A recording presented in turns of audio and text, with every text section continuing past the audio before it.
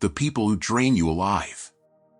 Have you ever walked away from a conversation feeling like something invisible had been stolen from you?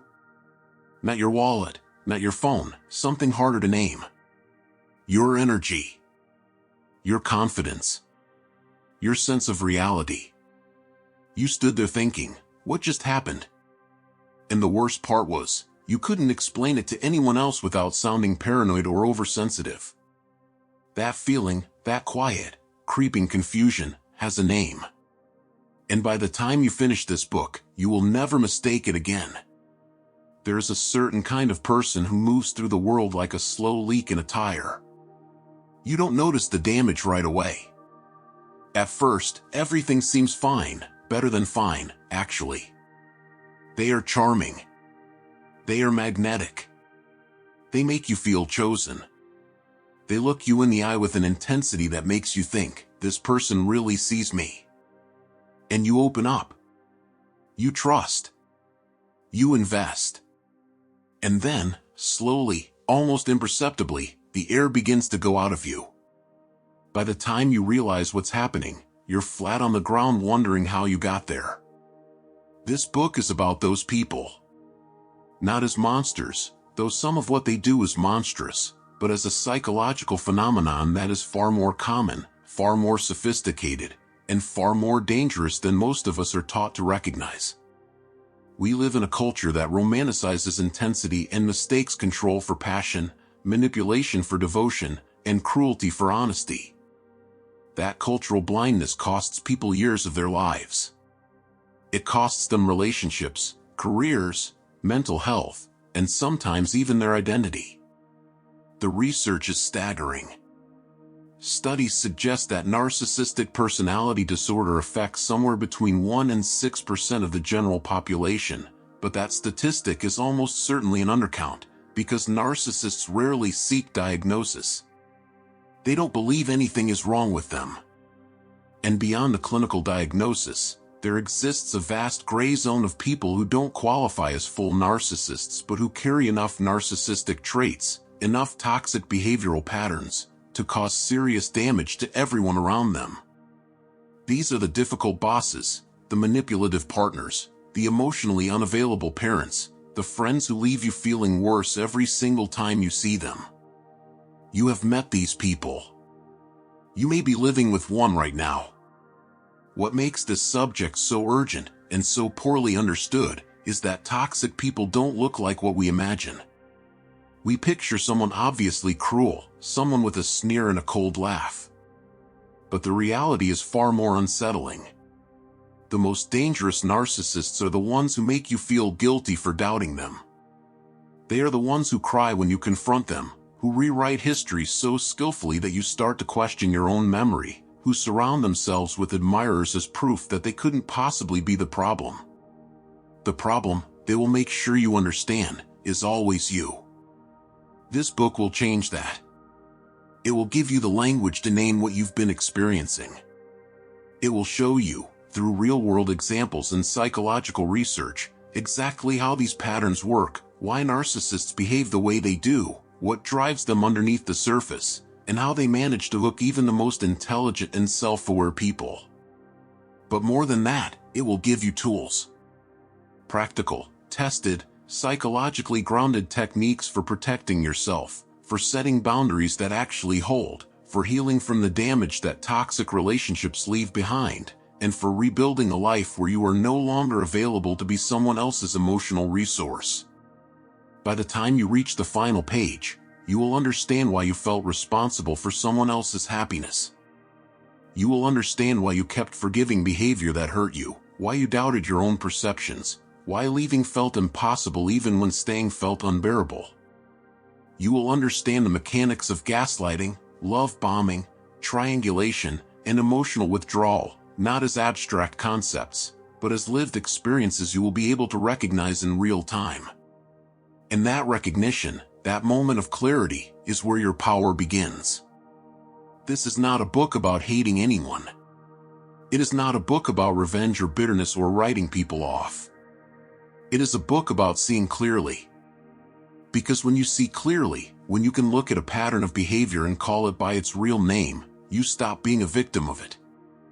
You become someone who understands the game well enough to walk away from the table.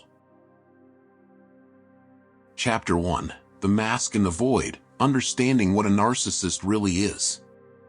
Most people think they know what a narcissist looks like. They picture someone who talks about themselves constantly, who takes too many selfies, who brags about their achievements at dinner parties and never asks how you're doing. And while that picture isn't entirely wrong, it is dangerously incomplete.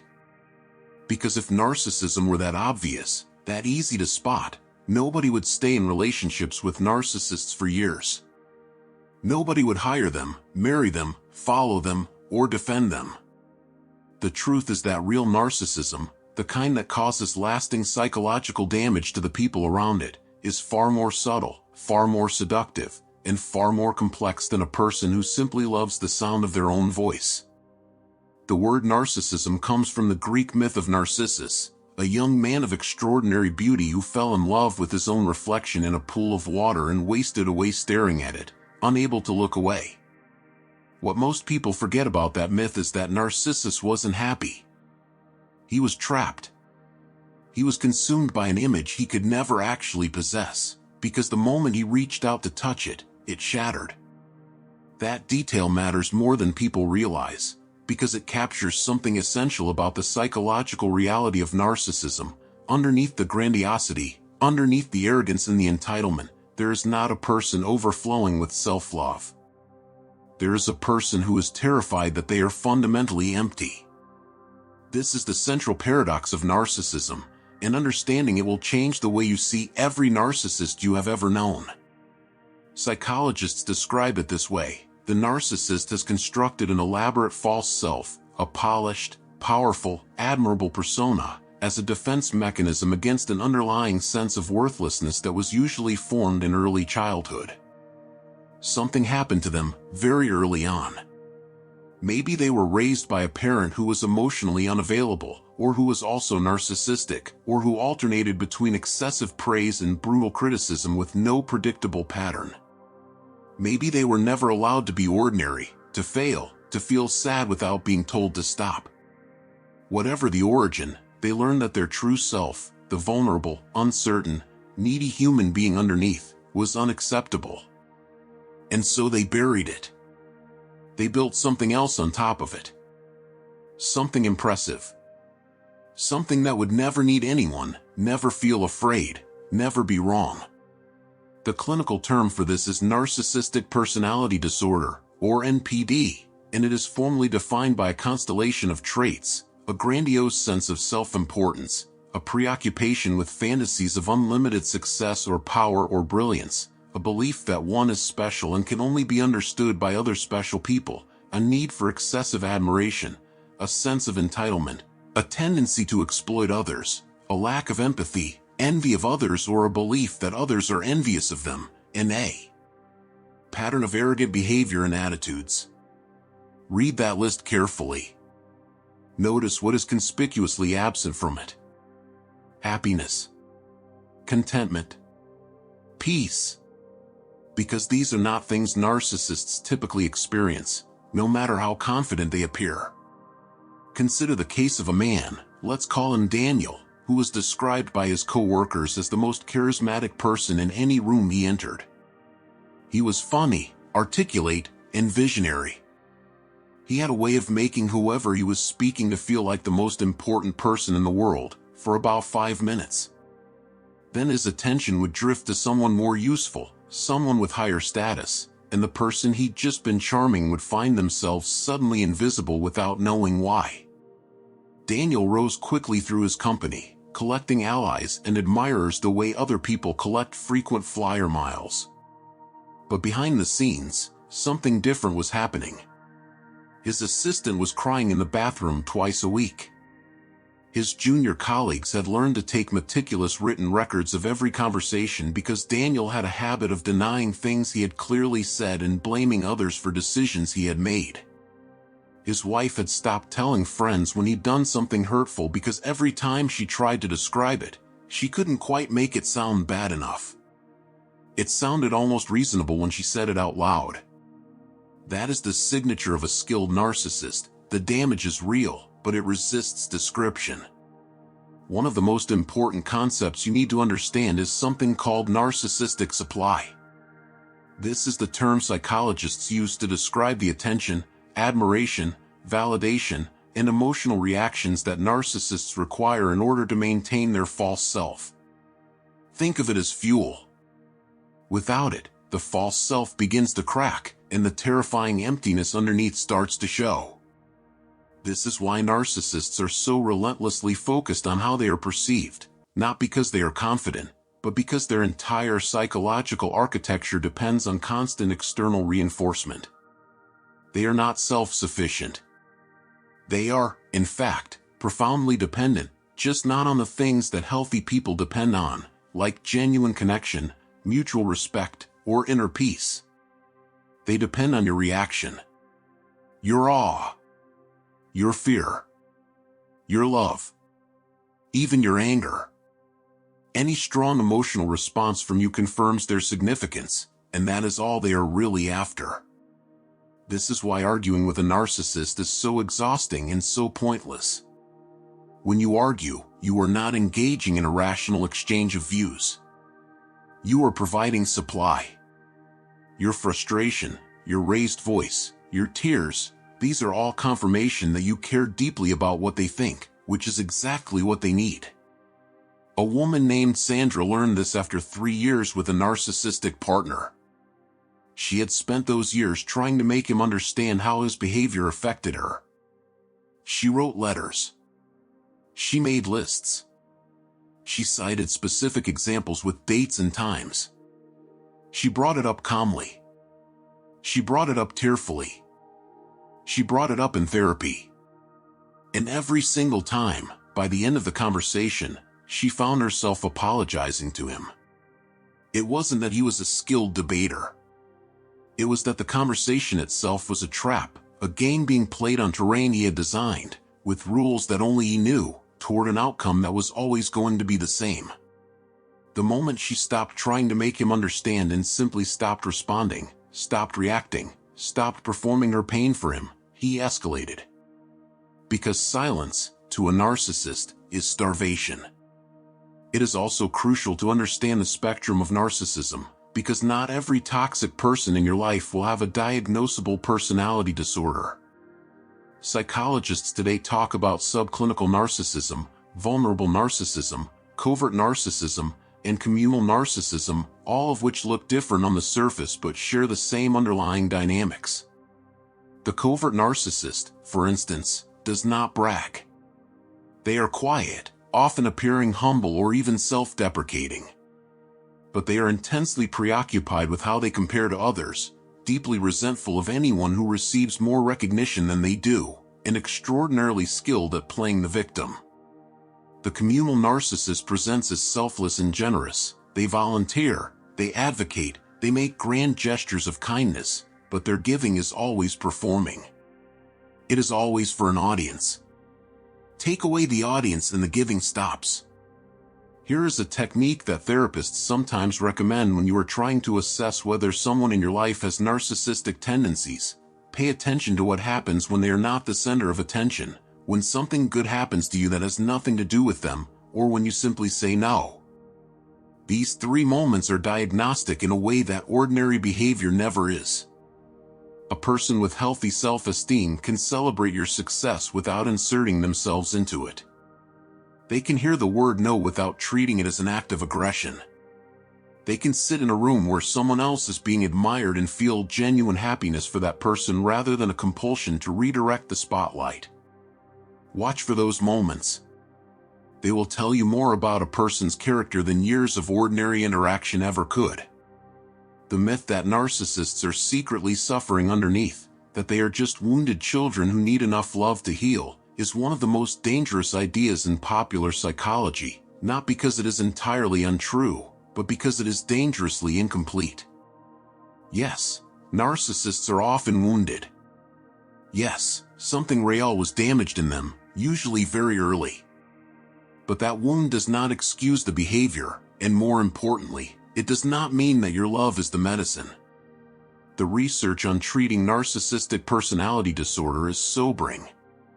Narcissists rarely seek therapy voluntarily, and when they do, they are more likely to use the therapeutic relationship as another source of supply, charming or outwitting the therapist, than to engage in the genuine vulnerability that change requires. This is not a reason for contempt, but it is a reason for clarity. You cannot love a narcissist into wholeness. You can only lose yourself trying. By the end of this chapter, one thing should be clear: narcissism is not vanity. It is not confidence. It is not even selfishness in the ordinary sense. It is a psychological condition built around a hollow core, animated by a desperate and unquenchable need for validation, and sustained by a set of behaviors that systematically damage the people who get close enough to matter. Understanding this, really understanding it, not just intellectually but in your gut, is the first step towards something that might be the most important skill you ever develop: the ability to see the mask before you fall for the face beneath it. Chapter 2: Love Bombing: How Narcissists Hook You Before You See Them Coming. There is a moment that almost every person who has been in a relationship with a narcissist can describe with perfect, aching clarity. It is the moment at the very beginning, before anything went wrong, before the confusion and the pain and the self-doubt. It is the moment when they felt, perhaps for the first time in their life, completely and utterly seen, chosen, adored. It felt like standing in a beam of warm light after years of standing in the cold. And if you have felt that, if you know exactly what I am describing, then what I am about to tell you is going to reframe one of the most significant experiences of your life. That light was not love. It was a strategy. The term for it is love bombing, and it is one of the most effective and least understood tools in the narcissist's arsenal. The phrase was originally coined in the context of cult recruitment. Researchers noticed that cults would overwhelm new members with affection, attention, and a sense of belonging so intense that it bypassed the recruit's critical thinking entirely. By the time the manipulation began in earnest, the person was already emotionally dependent, already convinced that this group understood them better than anyone else ever had.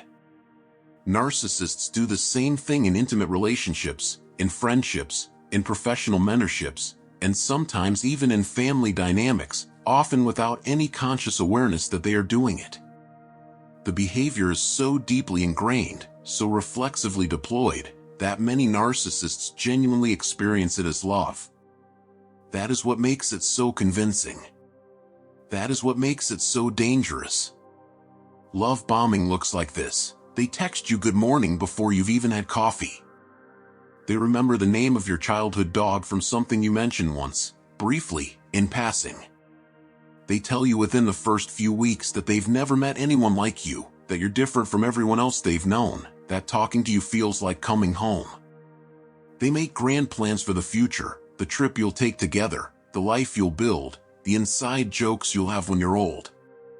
They are available in a way that no one in your experience has ever been available. They respond instantly. They show up unexpectedly with the exact thing you needed. They look at you with an intensity that makes you feel like the rest of the world has temporarily ceased to exist. And you think, this is what real love feels like. This is what I've been waiting for.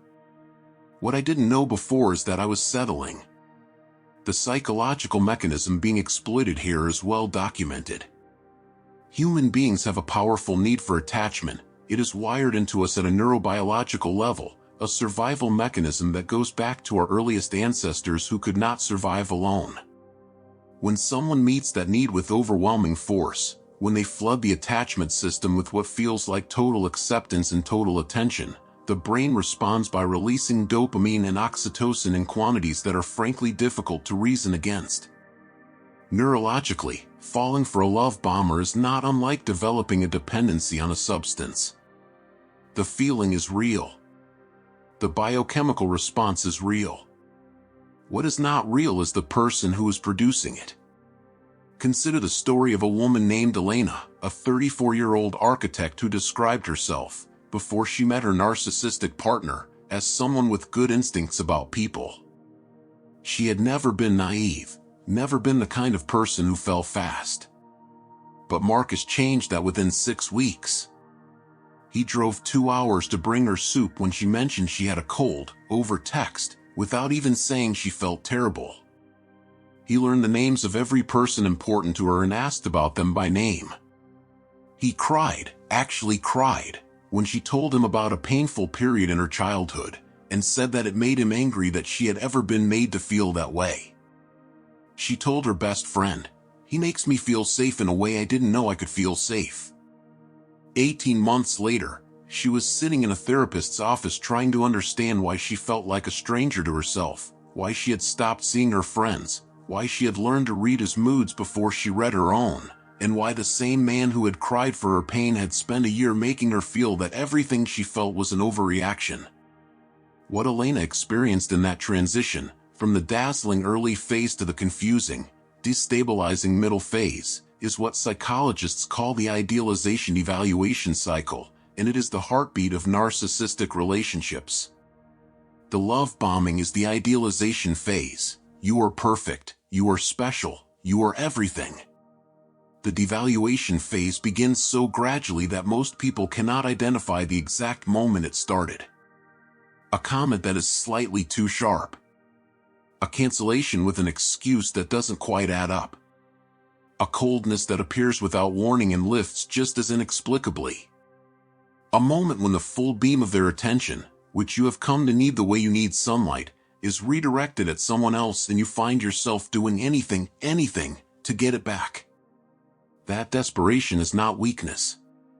It is the predictable neurological response to intermittent reinforcement, which is the same psychological mechanism that makes gambling addictive. Random rewards, delivered unpredictably, create a compulsive seeking behavior that consistent rewards never could. The narcissist, often without planning it, has created in you a compulsion to earn back what they gave you freely at the start. The practical question, of course, is how to recognize love bombing while it is happening, because it feels indistinguishable from genuine, passionate, beautiful love. And the honest answer is that it is genuinely difficult, especially in the early stages, because the difference is not in the behavior itself but in what is driving it. A person with a healthy emotional life can also fall fast, can also be generous and attentive and intensely present. The difference is that their attention is responsive, it adjusts to your actual needs, it gives you space when you need space. It doesn't create a subtle pressure to match their intensity or feel guilty for not doing so. Love bombing, by contrast, has a quality of performance to it. It is slightly too consistent, slightly too perfectly calibrated. It does not breathe. It does not have off days. And crucially, it tends to accelerate, to push toward commitment, exclusivity, and emotional dependency faster than is comfortable, faster than is natural, as though there is an urgency that you can't quite account for. One technique that therapists recommend for identifying love bombing in real time is what some call the pace test. Genuine intimacy develops at a pace that both people can sustain without strain. It allows for awkwardness, for misunderstanding, for the ordinary messiness of two people learning each other. If a relationship feels like it is moving at a speed you did not choose, if you find yourself more committed, more emotionally invested, more entangled than you intended to be at this stage and you're not sure how it happened, that is worth pausing on. Not as a reason to run, but as a reason to slow down deliberately and see how the other person responds. A person who loves you can wait. A person who is love bombing you will experience your deceleration as a threat, and they will either escalate their efforts to pull you back in or punish you with sudden withdrawal. Both responses are informative. Another signal is what might be called the premature mirroring phenomenon. Narcissists are extraordinarily skilled at reflecting back to people exactly what those people most want to see. In the early stages of a relationship, before their mask has slipped, they are gathering information, watching, listening, cataloging your values, your wounds, your dreams, your insecurities, and then feeding it back to you in the form of apparent shared identity. You love hiking?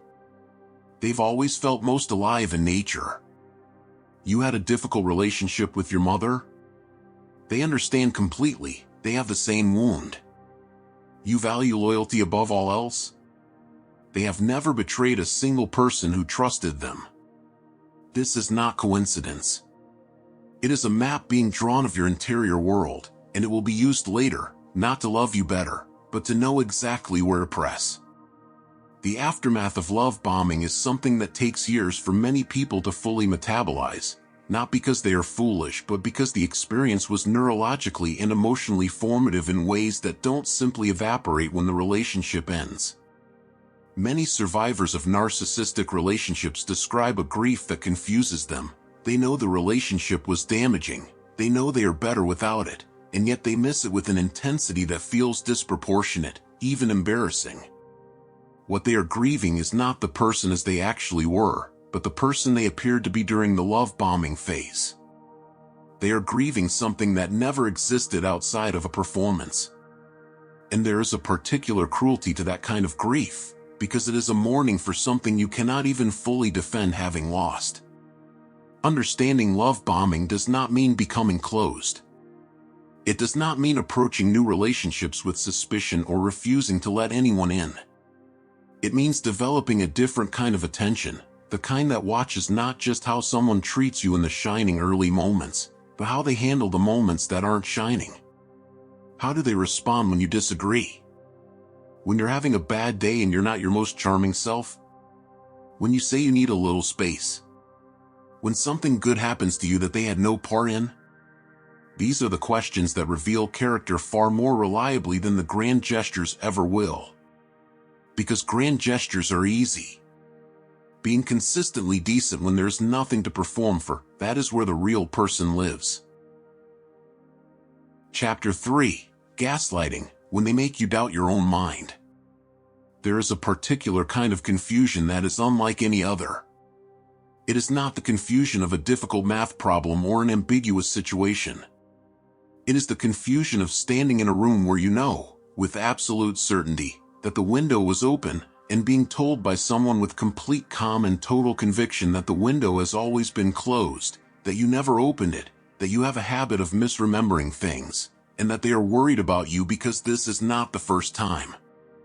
It is the confusion of a person who is beginning to lose trust in the instrument they use to understand reality, their own mind. This is gaslighting. And once you understand what it is and how it works, you will recognize it everywhere, in relationships, in families, in workplaces, in politics, and you will never again mistake it for an honest disagreement. The term comes from a 1944 film called Gaslight, in which a husband systematically manipulates his wife into believing she is losing her sanity, dimming the gaslights in their home and then denying that the light has changed, hiding objects and insisting she misplaced them, telling her that the sounds she hears are not real. His goal is to have her declared insane so he can control her inheritance. The film was fiction, but the dynamic it portrayed was so recognizable, so precisely drawn from real human experience, that the word gaslight entered the psychological lexicon and has stayed there ever since. Because what the film understood, with disturbing accuracy, is that you do not need to be confined to a Victorian mansion to have your reality systematically dismantled. You just need to be in a close relationship with someone who has more investment in being right than in your well-being.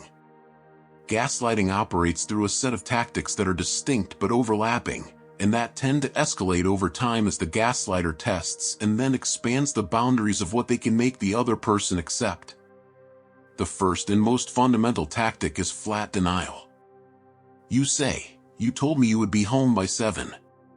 They say, "I never said that." Not "I don't remember saying that," not "I thought I said 8, but a clean, unequivocal, entirely confident denial. The confidence is the key. Most people, when confronted with someone who is absolutely certain of something that contradicts their own memory, will begin to waver. This is a normal cognitive response. We are social creatures, and we are wired to factor other people's certainty into our own assessments of reality. The gaslighter exploits this wiring with surgical precision. The second tactic is what might be called reality reframing, and it is more sophisticated than simple denial. This is where the gaslighter does not deny that an event occurred but reconstructs its meaning so completely that the victim ends up apologizing for their own legitimate reaction. A man raises his voice and says something cutting during an argument. His partner, upset, brings it up the next day. He does not deny that he raised his voice. Instead, he explains patiently that he only raised his voice because she had pushed him to a point that anyone would find intolerable, that she knows how to get under his skin in ways she pretends not to understand, that his reaction was actually quite restrained given what she had put him through, and that the fact that she is focusing on his tone rather than on what provoked it tells him she is not really interested in resolving anything. By the end of this conversation, she is examining her own behavior. He has not denied reality. He has simply rotated it 180 degrees.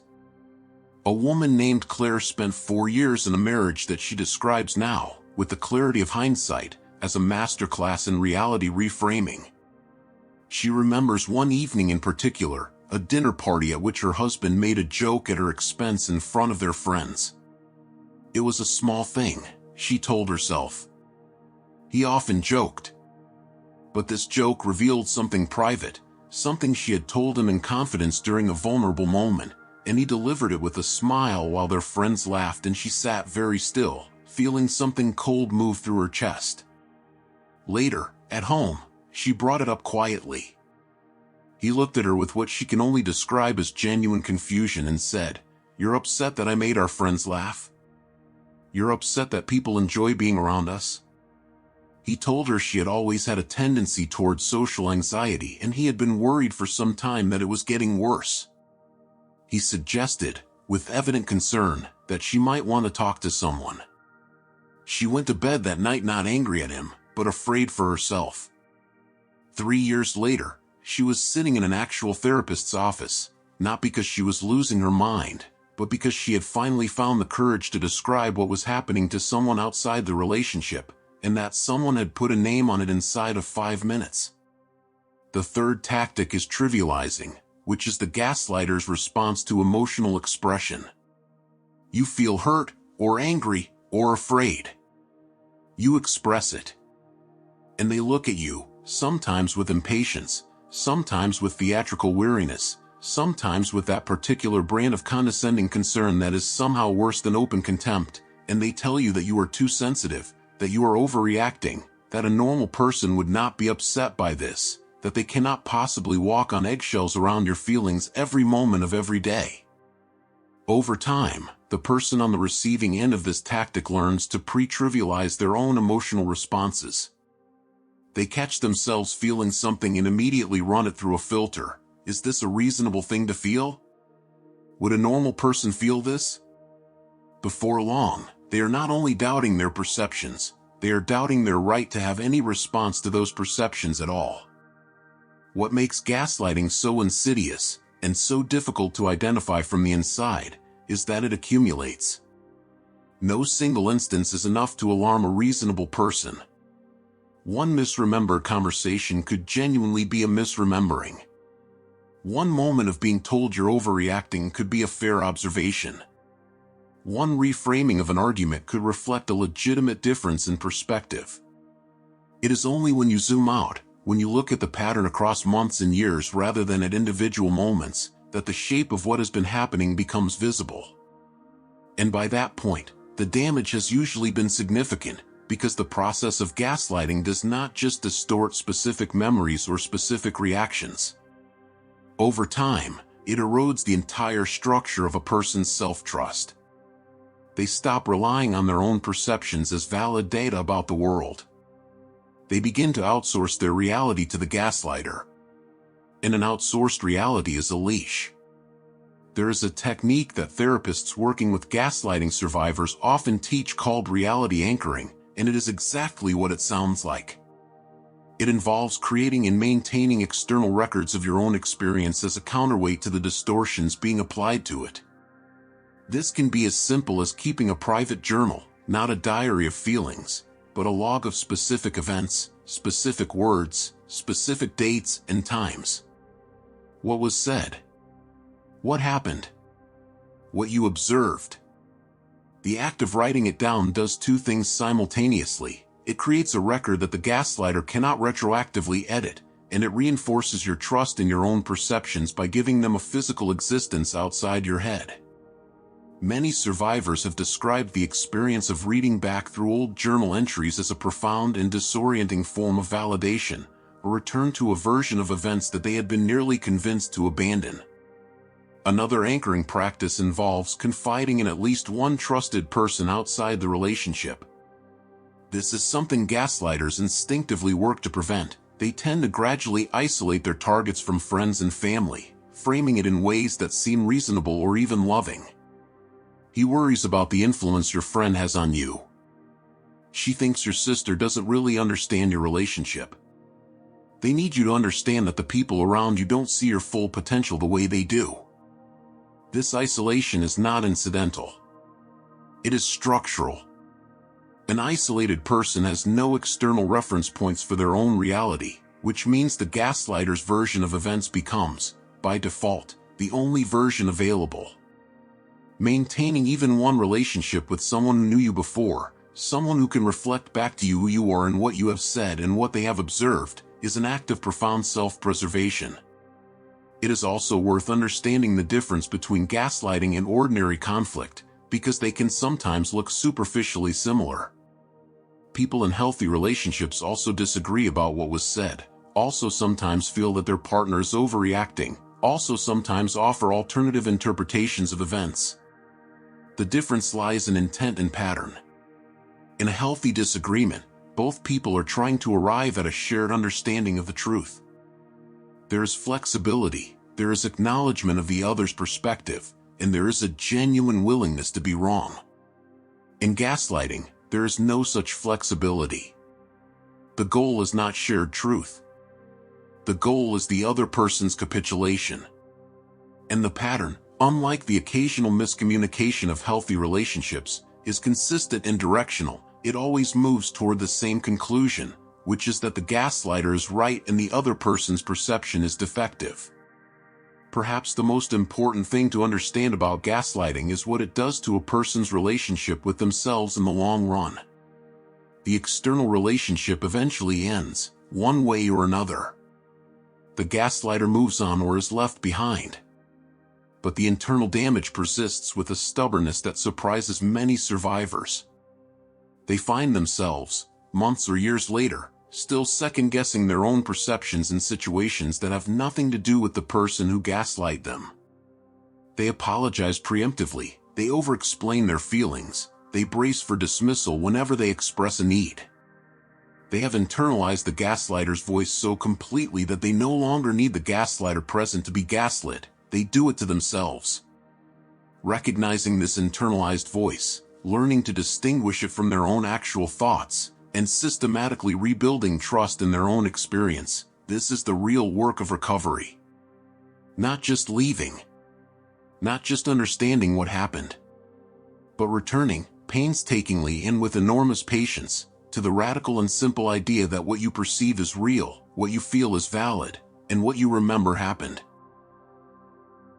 Chapter 4, Triangulation, How Narcissists Use Other People as Weapons. If gaslighting is the narcissist's assault on your perception of reality, then triangulation is their assault on your sense of security, your fundamental trust that the relationship you are in is a private and stable thing, something that exists between two people and is not constantly being measured against, compared to, or threatened by a third party. Triangulation is the introduction of a third person into the emotional dynamic of a relationship in a way that is designed to destabilize, to provoke, to control, and to ensure that you are perpetually focused on competing for the narcissist's approval rather than examining the narcissist's behavior.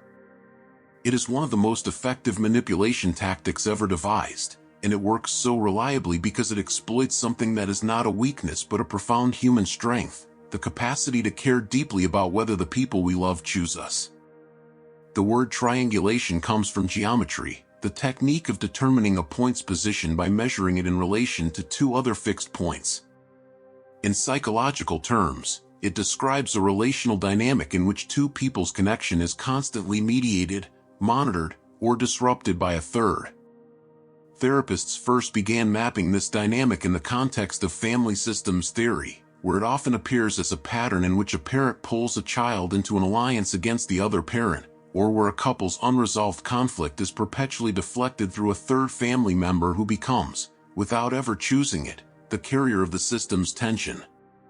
In narcissistic relationships, the dynamic is similar but deliberately weaponized.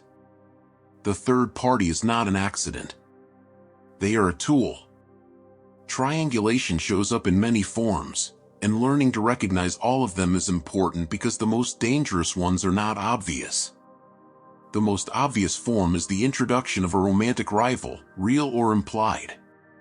The narcissist mentions, casually but with impeccable timing, that someone at work finds them attractive. They leave a message visible on their phone, not quite readable, but clearly intimate in tone. They compare you, directly or through implication, to an ex-partner who did things differently, better, with less complaint. The intention is transparent once you understand the game, to activate your attachment anxiety, to make you feel replaceable, to redirect your energy from any legitimate grievance you might have toward the project of being good enough to keep. You stop asking why they came home at midnight. You start asking what you can do to be more interesting, more accommodating, more irreplaceable. The shift is so smooth, so natural feeling, that most people don't notice it has happened until they are exhausted from competing with a ghost. But triangulation does not require a romantic rival. It requires only a third party whose opinion the narcissist can use as leverage. This is where it becomes truly pervasive. A narcissistic parent, for example, might constantly invoke the behavior of a sibling. Your brother never complains like this. Your sister understood the sacrifices I made. The others don't make me feel this way. A narcissistic boss deploys the same move in a professional context. The previous person in your role handled this without any issues. The rest of the team manages to meet deadlines. I've had other people express concerns about your attitude. In each case, the function is identical, to make the target feel that they are uniquely deficient, that the problem is located entirely within them, and that the solution is to try harder, comply more completely, abandon the very legitimate needs and observations that prompted the conflict in the first place.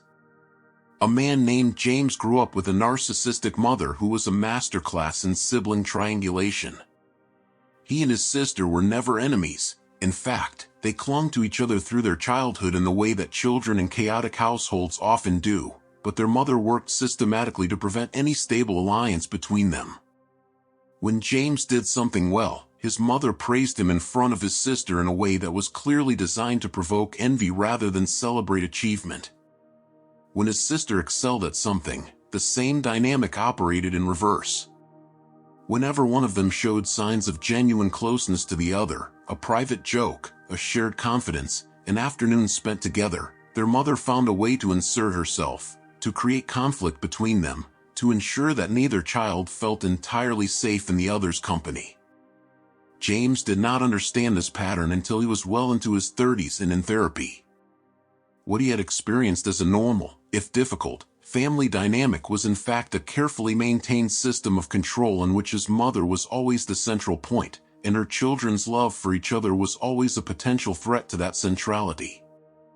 This brings us to one of the most important concepts associated with triangulation, the phenomenon that researchers and survivors have come to call flying monkeys. The term comes from the Wizard of Oz, the winged creatures sent by the Wicked Witch to do her bidding at a distance. In narcissistic dynamics, flying monkeys are the third parties who, without necessarily understanding what they are doing or even having any malicious intent of their own, act as agents of the narcissist's agenda. They carry messages, relay pressure, report back information, and validate the narcissist's narrative about the target. They are the mutual friends who tell you that they've heard your side but they really think you should give them another chance. They are the family members who call to say that the narcissist seems genuinely devastated and doesn't understand what they did wrong. They are the colleagues who mention, with apparent concern, that people have been talking about how difficult you've been lately. Flying monkeys are not, as a rule, bad people. This is important to understand. Most of them are good people who have themselves been manipulated, given a carefully curated, deeply sympathetic version of events in which the narcissist is misunderstood and wounded and the target is unreasonable or cruel. Narcissists are extraordinarily skilled at presenting themselves as victims, particularly to people who don't know them well enough to have seen behind the mask. They cry in the right moments.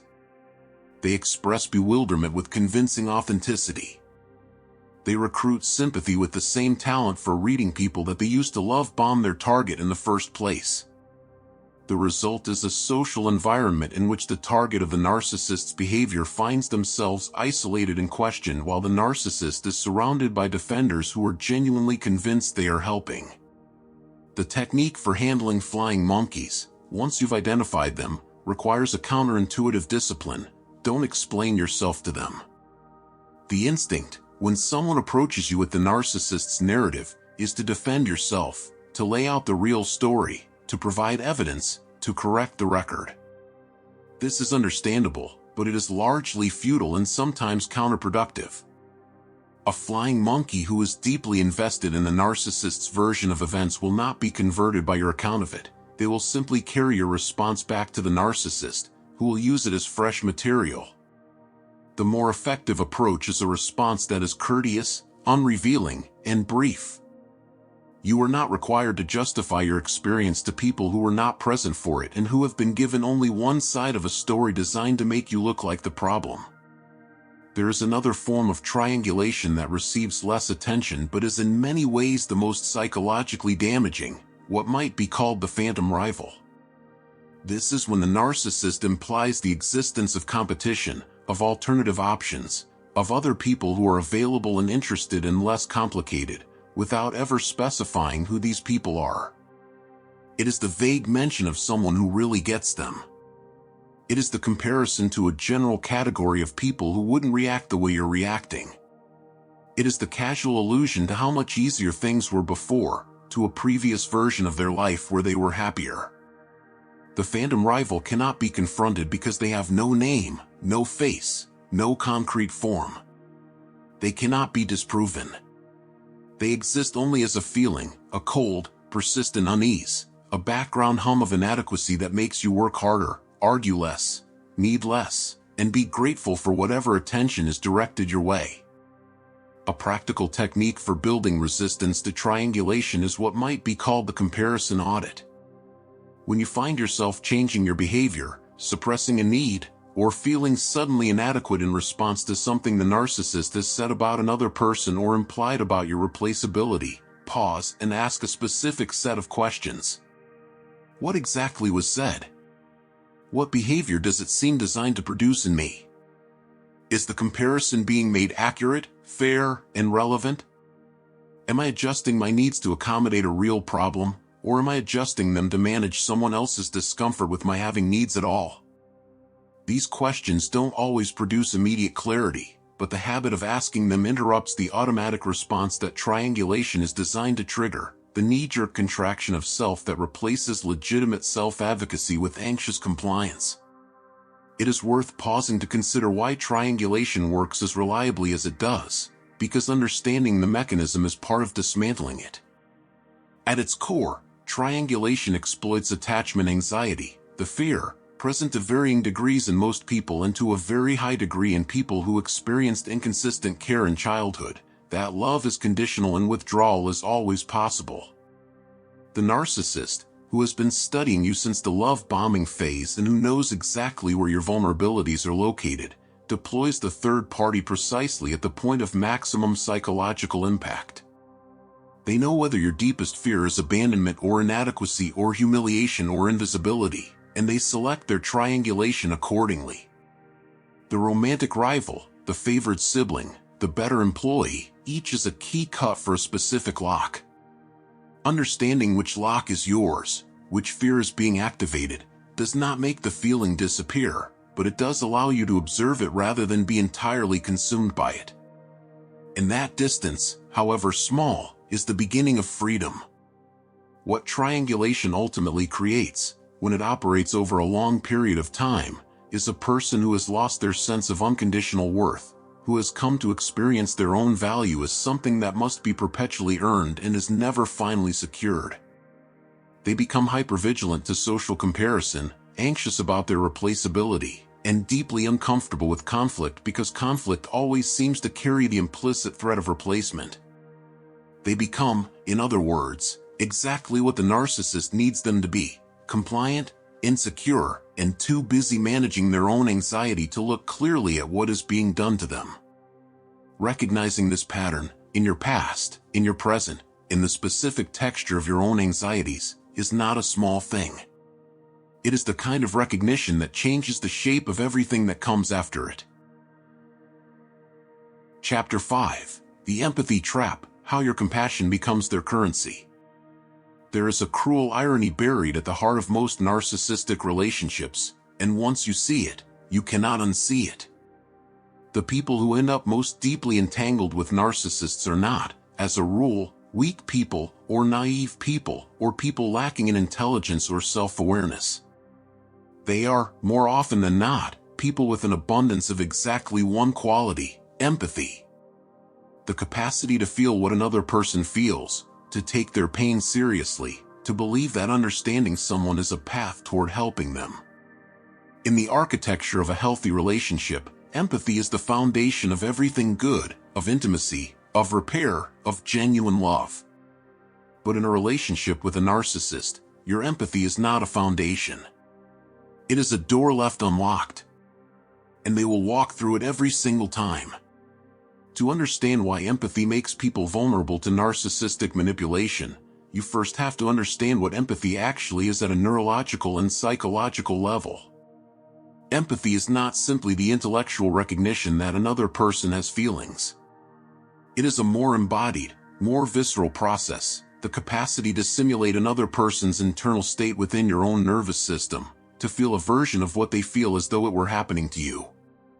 When someone you care about is in pain, you experience something that is neurologically adjacent to pain yourself. When they are afraid, something in you responds to that fear. This is what makes empathy so beautiful and so powerful. It is also what makes it exploitable. Because a person who knows how to perform distress, who knows how to produce the appearance of pain, fear, vulnerability, and need, can trigger your empathic response as reliably as a key triggers a lock, and then use the resulting emotional reaction to steer your behavior in whatever direction serves them. Narcissists learn this early, often in childhood, often without conscious awareness. They discover that certain expressions of vulnerability produce certain responses in the people around them, and they file that knowledge away with the precision of a scientist cataloging experimental results. This is not always calculated in the cold, premeditated way it sounds. Many narcissists operate from deeply automatic patterns that they themselves could not fully articulate. But the effect is identical whether the manipulation is conscious or not. They have learned to use the performance of emotional need as a mechanism of control. And the people with the most empathy, the people who are constitutionally least able to witness apparent suffering without responding to it, are the ones who find themselves most thoroughly managed by this mechanism. The most common form this takes is what therapists sometimes call the vulnerability performance. At a moment of conflict, precisely when the other person has raised a legitimate concern or set a boundary or expressed a need, the narcissist shifts the emotional frame of the conversation by producing a display of distress that redirects all available empathy toward themselves. You tell him that his criticism in front of your friends hurt you. He becomes quiet, then his eyes fill, and he says in a low voice that he knows he's difficult, that he's been trying so hard, that he is afraid you are going to leave him the way everyone eventually leaves him, that he sometimes thinks you'd all be better off without him. And the conversation you came to have, about your hurt, your need, your experience, dissolves completely. You spend the next hour reassuring him. You apologize for bringing it up so harshly. You hold him while he cries, and there is a part of you that genuinely loves him in this moment, this apparently broken and frightened person in your arms. What you do not notice, because you cannot see his face from where you are, is that he is not crying. A woman named Priya described this dynamic with a precision that took her years to arrive at. Her partner, she said, had what she came to think of as a flare system, a set of distress signals, deployed with uncanny timing, that activated whenever she got too close to something true. If she said she felt lonely in the relationship, he would tell her about his childhood and cry. If she said she needed more honesty from him, he would confess to struggling with deep shame about himself and how he knew he wasn't good enough for her. If she said she was thinking about leaving, he would tell her he had been having dark thoughts and wasn't sure he could cope. Each of these responses would reset the conversation entirely, pulling her attention and energy back to him, back to his pain, back to the project of keeping him stable. By the time she realized that his dark thoughts appeared exclusively in the moments she threatened to leave, and disappeared entirely once the threat had passed, she had spent 3 years in a relationship where her own needs had almost never once been the subject of a completed conversation. This brings us to one of the most important and least discussed aspects of narcissistic manipulation, the weaponization of guilt. Guilt is an emotion that evolved to regulate social behavior. It is the internal signal that tells us we have violated our own values, harmed someone we care about, and need to make repair. In healthy relationships, guilt functions well. It is proportionate, it is responsive to actual harm caused, and it resolves through genuine repair. In a relationship with a narcissist, guilt is systematically decoupled from reality. You feel guilty not because you have done something wrong, but because you have done something the narcissist does not like, expressed a need, set a limit, told a truth, spent time with someone else. The narcissist's distress, real or performed, activates your guilt response, and your guilt response activates your compliance. Over time, this creates a person who is in a state of chronic, low-grade guilt, who feels perpetually as though they are failing someone, perpetually on the edge of causing damage, perpetually in need of managing their behavior more carefully so that the fragile equilibrium of the relationship is not disturbed. The technical term for the sustained result of this process is fawn response, and it sits alongside the better-known fight, flight, and freeze responses as a trauma-adapted survival strategy. The fawn response is what happens when a person learns, usually through repeated experience, that the safest way to navigate a threatening relationship is through appeasement, through anticipating what the other person needs, suppressing their own responses, and making themselves as agreeable and unthreatening as possible. People who develop a strong fawn response often describe it not as a strategy but as an instinct. They don't decide to accommodate, they simply find themselves accommodating before they've had time to register that accommodation is what they're doing. In the presence of another person's distress or anger, they feel an almost physical compulsion to smooth things over, to take responsibility, to fix the emotional temperature of the room. This instinct, which often develops in childhood as a genuine survival adaptation in an unpredictable home environment, is precisely what narcissists exploit most effectively and most relentlessly. There is a technique that therapists use with clients who are trying to develop resistance to empathy-based manipulation, and it involves making a distinction that sounds simple but is psychologically revolutionary for many people: the distinction between compassion and responsibility. Compassion is the capacity to acknowledge and care about another person's suffering.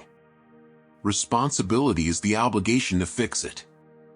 These two things feel connected, especially to people with high empathy, but they are not the same thing, and the narcissist's manipulation depends entirely on you conflating them. When you feel compassion for someone's pain, you do not automatically become responsible for eliminating that pain, especially when that pain appears strategically at moments that benefit the person experiencing it and when your attempts to address it consistently require you to abandon your own legitimate needs.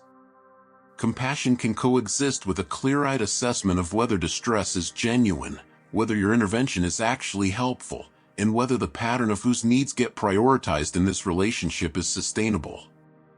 Compassion without this assessment is not virtue. It is vulnerability being called by virtue's name. Another practice that helps is what some therapists describe as the timing audit, a simple but illuminating exercise in which you track the pattern of when a person's expressions of need or distress tend to occur. If you discover, as many people do, that these expressions cluster reliably around certain types of events, your attempts to set boundaries, your expressions of dissatisfaction, your moments of independence or success or connection with others, that pattern is telling you something important.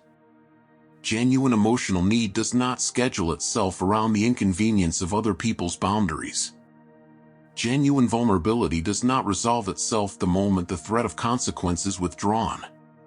If someone's fragility appears specifically when you assert yourself and disappears specifically when you capitulate, you are not looking at emotional need.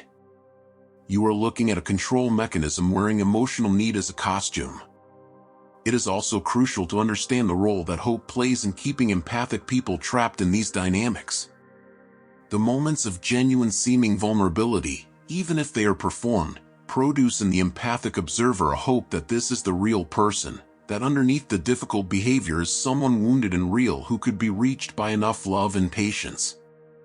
This hope is not irrational.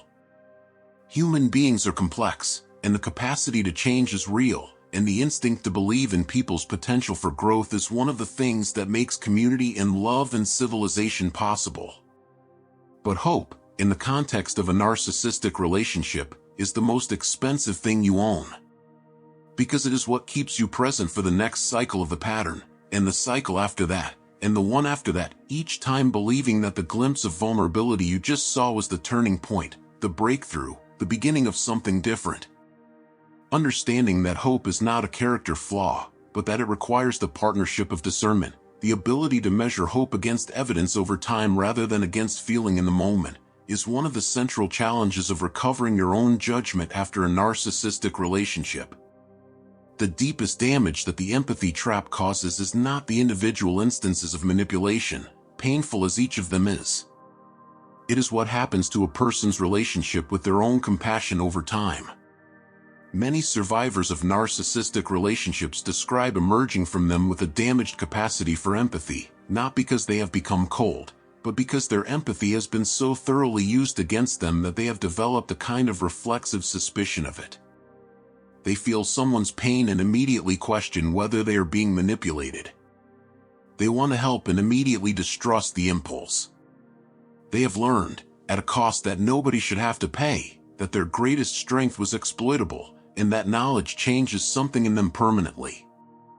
The work of healing, in this domain, is the delicate project of reclaiming empathy without naivety, of learning to feel compassion fully while maintaining the clarity to distinguish between genuine need and manufactured need, between a person who is suffering and a person who is performing suffering to manage your behavior. This distinction does not require you to become suspicious of everyone. It requires you to become honest about patterns. And patterns, unlike feelings, do not lie. Chapter 6: The Cycle of Abuse. Why you stay, why you leave, why you go back. There is a question that people who have never been in a toxic relationship ask with a frequency and a confidence that reveals exactly how little they understand about the psychology of what they are asking. The question is, why didn't you just leave? It is asked in courtrooms and living rooms and therapy waiting areas and comment sections, asked by people who believe they are being reasonable, who cannot fathom why an intelligent adult would remain in a situation that was clearly harmful to them. And the people who have lived inside these relationships hear that question and feel two things simultaneously: the shame of not having a simple answer, and the exhaustion of knowing that the real answer is so complex, so layered, so deeply rooted in both psychology and neurochemistry, that it cannot be delivered in the time the questioner is willing to give it. This chapter is that real answer. All of it. Without apology. The first thing to understand is that leaving a toxic relationship is not a single decision made in a single moment of clarity. It is a process, and that process is neither linear nor predictable, and it is shaped by forces that operate far below the level of conscious choice. To understand why people stay, and why they leave, and why they so often go back, you have to understand the cycle of abuse itself, the repeating pattern that keeps people inside relationships that are slowly destroying them, not through continuous horror, which would be easier to escape, but through an alternation of horror and something that feels, in its contrast to the horror, almost like paradise. The cycle was first formally described in the 1970s by psychologist Lenore Walker, who identified a four-phase pattern in abusive relationships: tension building, incident, reconciliation, and calm. In the tension building phase, the atmosphere of the relationship becomes increasingly charged. The toxic person becomes irritable, withdrawn, or critical, and their partner moves through the days on high alert, trying to manage the emotional temperature, trying not to trigger whatever is coming, knowing with the particular dread of experience that something is building even if they cannot name exactly what. The incident phase is the explosion, the cruelty, the attack, the manipulation, whatever form the toxic person's abuse takes. The reconciliation phase is what comes after, and this is the phase that holds the entire cycle together with a grip that pure fear never could. This is where the narcissist becomes, often overnight, the person they were during the love bombing phase. Remorseful, tender, full of explanation and apparent insight into their own behavior, promising change with a sincerity that is almost indistinguishable from the real thing. And the calm phase is the quiet that follows, the period that can last days or weeks or even months, during which the relationship feels almost normal, almost good, almost like the thing it was supposed to be. Until the tension begins to build again. This cycle does something to the human brain that is not a matter of weakness or stupidity, it is a matter of neuroscience. The alternation between threat and relief, between pain and comfort, between rejection and acceptance, produces a neurochemical environment that is functionally similar to addiction. During the incident phase, the brain floods with stress hormones, cortisol, adrenaline, the entire fight-or-flight cocktail. During the reconciliation phase, when the danger has passed and the person who threatened you is now holding you, the brain releases oxytocin and dopamine in a surge that is intensified precisely by the contrast with what came before. Relief is always most powerful when it follows fear. Comfort is always most compelling when it follows pain. The brain does not care that the person providing the relief is the same person who created the need for it. It only registers the relief. And it begins to associate that person with the most intense emotional experiences, both the worst and the best, that it has ever had. A woman named Rachel spent 7 years in a relationship that followed this cycle with a regularity she could eventually predict almost to the week. She described the tension phase as living on a ship in a storm, constantly adjusting her balance, reading the water, trying not to be the thing that made the wave break. She described the incident, which in her case was always a verbal assault of sustained and devastating precision, her partner knowing exactly which words would cause the most damage, as a particular kind of exhaustion, the exhaustion not of a single blow but of something relentless. And then she described the reconciliation phase in a way that has stayed with me. It felt, she said, like being pulled from cold water. He would come to her the morning after, quiet and apparently broken, and say that he didn't know what was wrong with him and that he was terrified of losing her and that she deserved so much better than he had given her. And in those moments, she said, she loved him more than she had ever loved anyone. She loved him with the love that is reserved for the person who has saved your life. She did not understand, not for years, that he was the one who had pushed her in. The reconciliation phase produces something that psychologists call traumatic bonding, a term that was developed to describe the paradoxical attachment that forms between people and their abusers under conditions of intermittent reward and punishment. Traumatic bonding is not a sign of pathology in the person experiencing it. It is a normal response to an abnormal situation, a predictable outcome of the specific psychological conditions the cycle creates. It has been observed in hostage situations, in prisoners of war, in members of cults, in children raised by abusive parents, and in intimate relationships with toxic partners. The common thread in all these situations is the combination of perceived threat, dependence, and periodic positive reinforcement, the same three conditions, delivered with clinical efficiency, by every narcissist who has ever run the cycle. This is why leaving is so much more complicated than it sounds to someone on the outside. When you leave a toxic relationship, you are not simply walking away from pain.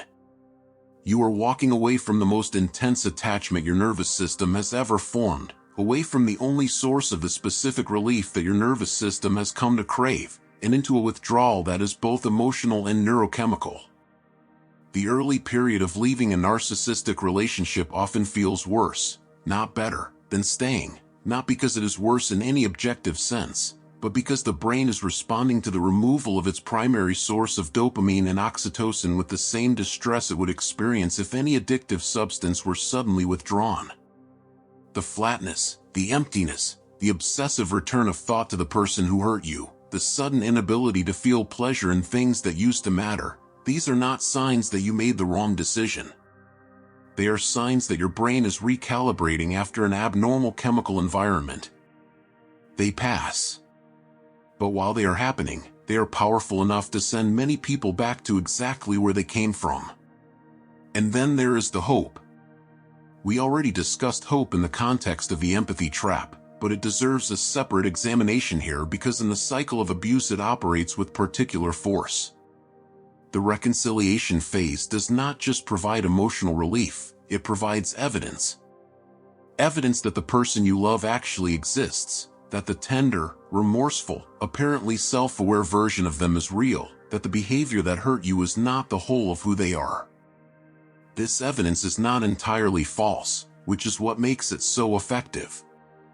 Narcissists are not uniformly cruel in the way that simplifies things.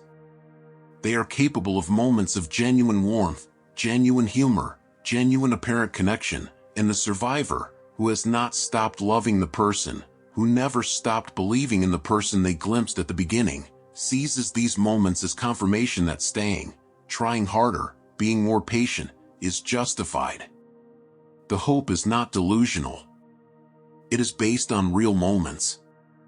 What it fails to account for is the pattern, the fact that those moments are not building toward anything, that they are part of a cycle that will return, with mathematical certainty, to where it always returns. A man named David described going back to his narcissistic partner 4 times over the course of 3 years. Each return followed the same sequence. She would reach out during a calm phase, apparently changed, apparently genuinely sorry, with specific references to specific conversations they had had about what needed to be different. She had been to therapy, she said. She had been doing a lot of thinking. She knew now that her behavior had been unfair and she had something specific she wanted to say, not to ask for anything but just because he deserved to hear it. And David, who was a fundamentally decent person with a profound capacity for forgiveness, would hear her out. And in that conversation she would be, once again, exactly the person he had fallen in love with. And he would think, this is it. This is the version that was always there, that the problems between them had been obscuring. He went back 4 times. The 5th time she reached out, he did not answer. Not because he didn't still love her, but because he had finally, painfully, accepted that the version he loved only appeared at the beginning of cycles, and that the rest of the cycle always followed. Accepting that was, he said, the hardest thing he had ever done. It felt like accepting a death. The practical tools for interrupting this cycle begin with what therapists call pattern recognition work, the deliberate, sustained practice of mapping the cycle as it actually occurs, rather than as it feels in individual moments. This means keeping records not just of the bad moments but of the entire arc, writing down the tension phase, the incident, the reconciliation, the calm, and how long each phase lasted. Most people in these relationships have an unconscious bias toward remembering the reconciliation and calm phases more vividly than the tension and incident phases, because positive emotion encodes differently in memory than negative emotion, and because the narcissist actively works during the calm phase to reframe or minimize what happened before. A written record bypasses this bias. It shows the cycle in its entirety, in its actual proportions, with none of the soft focus that emotion and hope apply to the difficult parts. Another critical tool is what some therapists call the future self letter, a practice in which the person writes a letter to themselves from the perspective of a future self who has already been through the next cycle, who has already experienced the next reconciliation and the next incident and the next moment of sitting in the same confusion wondering how they got here again. The letter describes, in as much detail as possible, what that next cycle will look and feel like, not as a prediction of doom but as an honest account drawn from what all the previous cycles have shown. People who have done this exercise often report that reading it back, particularly during a reconciliation phase when the pull to return or stay is at its strongest, provides a quality of clarity that nothing else does, because it is not someone else's perspective on their situation, it is their own honest voice, speaking from a place of knowledge rather than hope. Perhaps the most important thing to understand about why people go back, and this is something that almost nobody says clearly enough, is that going back is not failure. It is part of the process for most survivors, and shaming it, either from the outside or from within, makes the eventual leaving harder, not easier.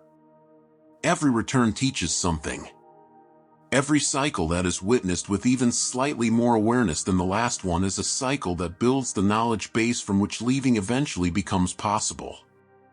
The goal is not to leave perfectly, on the first attempt, without grief or ambivalence or backward glances. The goal is to leave.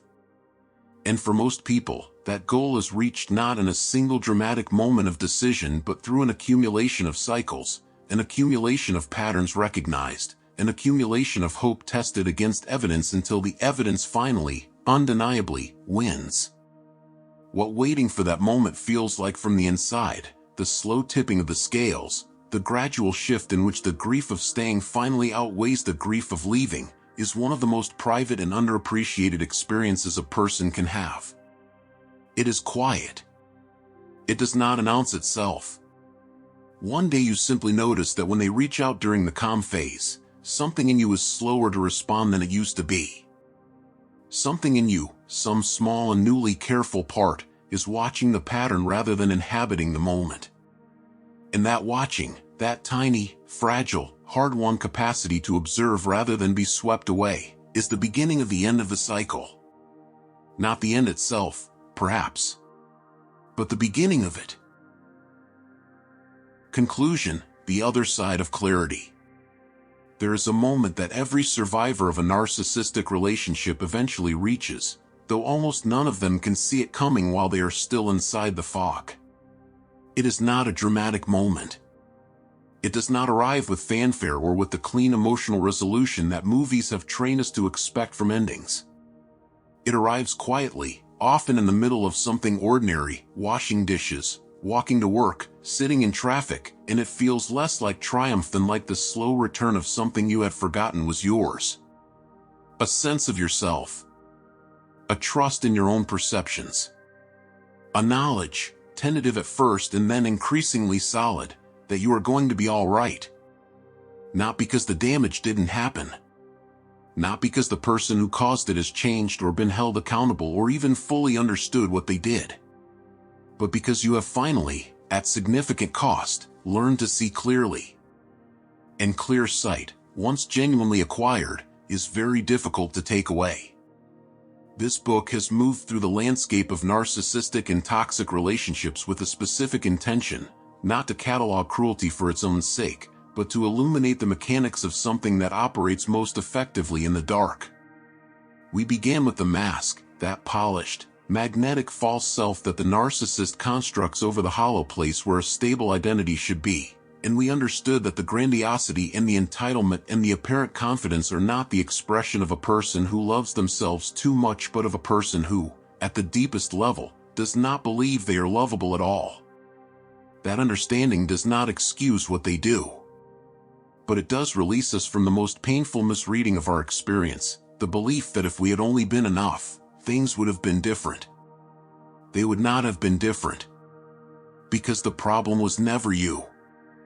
We moved then through the specific tools of manipulation, love bombing, gaslighting, triangulation, and what each chapter revealed, beneath its specific content, was a single underlying truth, that these tactics work not because their targets are foolish or weak, but because they are precisely calibrated to exploit the most human of qualities. The capacity to be moved by apparent love. The tendency to trust our own perceptions less than the confident assertions of people we care about. The deep, ancient fear of replacement and abandonment. These are not character defects. They are the features of a social species that evolved for connection. The narcissist did not find your weakness. They found your humanity and turned it against you. That is a very different thing, and the difference matters enormously for how you understand your own story. What the 3 chapters that would have followed our journey through the cycle of abuse would have explored is equally essential to carry with you now. The first of those would have been devoted to the architecture of boundaries, not the word as it has become diluted through overuse, a self-help buzzword emptied of its weight, but boundaries in their original and powerful sense, the internal and external structures through which a person defines what they will and will not accept, not as a performance of self-respect but as an authentic expression of it.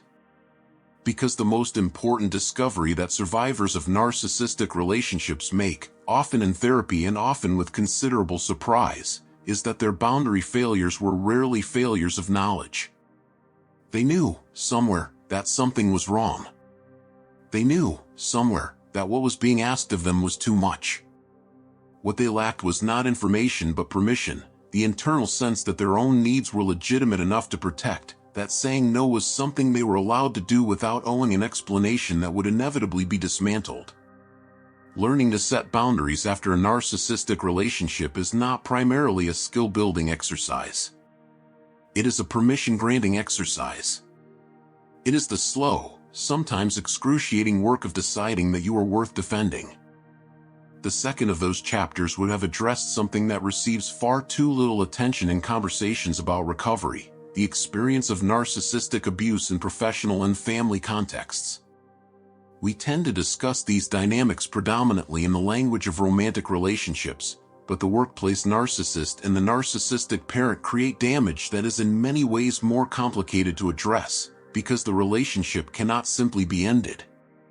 You cannot easily leave a family. You cannot always leave a job, particularly when the narcissist has positioned themselves as the gatekeeper of your career and has spent considerable energy ensuring that their version of you, incompetent, unreliable, difficult, lucky to have what they've given you, is the version that the broader professional community has received. Navigating these contexts requires a set of specific skills: the ability to document everything without appearing paranoid, to build coalitions carefully, to manage the performance of the relationship in public while protecting yourself privately, and to develop what some therapists call a gray rock strategy, making yourself as unstimulating and unremarkable as possible as a source of narcissistic supply, so that the narcissist's attention drifts elsewhere without triggering the retaliation that a more visible departure would invite. The gray rock is not a permanent solution, but it is often a necessary bridge between where you are and where you are trying to go. The third chapter would have been about something even more fundamental: the rebuilding of the self that remains after the relationship has ended. Because one of the least discussed consequences of sustained narcissistic abuse is what it does to a person's identity over time. Identity is not a fixed thing. It is constructed and maintained through our relationships, through the feedback we receive about who we are, through the stories we tell about ourselves that are confirmed or challenged by the people who know us. A relationship with a narcissist is, among other things, a sustained assault on that construction. The gaslighting attacks your perceptions. The triangulation attacks your sense of worth. The love bombing creates an identity built around being chosen by this particular person, which means that when the relationship ends, you lose not just the person but the version of yourself that existed in relation to them. Many survivors describe emerging from narcissistic relationships with a profound uncertainty about who they actually are outside of the dynamic, what they actually like, what they actually believe, what they actually want when no one is managing their answers. This is not a permanent condition, but it is a real one, and it requires a specific kind of attention: the patient, curious, non-urgent exploration of your own preferences, opinions, and desires as though meeting them for the first time. Because in some ways, you are. Recovery from narcissistic abuse is not a straight line, and it is not a destination that you arrive at and then stay. It is a practice, in the same sense that meditation or physical fitness is a practice, something you return to, something that develops unevenly, something that has bad days embedded in its good ones without this meaning that the progress is not real. There will be days, well into recovery, When you hear a song or smell something or drive past a place that sends you back into the emotional landscape of the relationship with a vividness that frightens you. There will be moments when you wonder if you will ever fully trust another person, or yourself, again.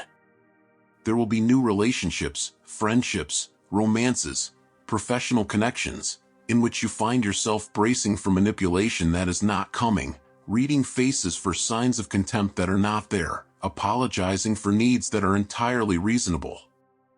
These are not signs that you are broken. They are signs that your nervous system learned something, learned it very thoroughly, under conditions of genuine threat, and is now applying that learning even where it doesn't apply. That is what nervous systems do.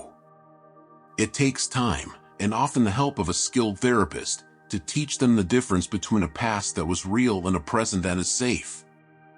There is a practice that many therapists working with narcissistic abuse survivors find consistently useful at this stage of recovery, and it is almost embarrassingly simple: the daily audit of accurate perception. Each day, you identify 3 moments in which your perception of reality, what someone said, what you felt, what you observed, turned out to be correct. Not 3 moments of triumph or 3 moments of great insight. Just 3 ordinary moments of accurate seeing. This exercise sounds trivial until you understand what it is rebuilding: the trust in your own cognitive instrument that gaslighting systematically dismantled. Every moment of confirmed perception is a small deposit in an account that was systematically emptied, and those deposits, accumulated daily over months, eventually restore something that you might have believed was gone forever: the quiet, reliable confidence that what you see is real, what you feel is valid, and what you know is worth trusting. Alongside this, and perhaps more important than any single technique or practice, is the cultivation of what might be called a witness relationship, a relationship with at least one person, whether a therapist, a trusted friend, or a support group of people with shared experience, who can serve as an external anchor for your reality while your internal anchor is being repaired. Human beings are not designed to process trauma alone. The same social wiring that made you vulnerable to the narcissist's manipulation is also the wiring that makes genuine connection therapeutic, that makes being truly heard by another person one of the most powerful healing experiences available to us. Finding your witness, and allowing yourself to be witnessed without minimizing or explaining or apologizing for what you experienced, is not a sign of dependence. It is a sign of understanding how human beings actually heal. We should also speak honestly about forgiveness, because it is a word that gets placed on survivors of narcissistic abuse with a frequency and a pressure that is itself a form of harm. You do not owe forgiveness to anyone who has not demonstrated genuine accountability. You do not owe it on any particular timeline. You do not owe it at all, in the sense of a gift delivered to the person who hurt you, a release of their debt, a declaration that what they did was acceptable or understandable or survivable enough to be set aside.